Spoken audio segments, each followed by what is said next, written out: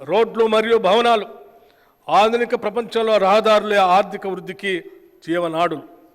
అందుకే తెలంగాణలో సమగ్ర రహదారుల పాలసీ తయారు చేస్తున్నాం.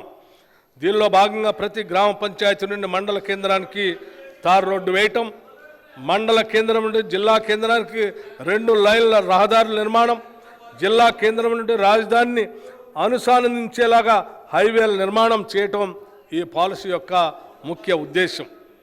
గత దశాబ్ద కాలంగా అపరిష్కృతంగా ఉన్న కంటోన్మెంట్లోని రోడ్ల విస్తరణకు మరియు ఎలివేటెడ్ కారిడార్ల నిర్మాణానికి మా ప్రభుత్వం ప్రాధాన్యతనిచ్చి రక్షణ శాఖ వారితో సంప్రదించి దానికి కావలసిన భూమి బదిలీకి వారి ఆమోదాన్ని కూడా పొందటం జరిగింది.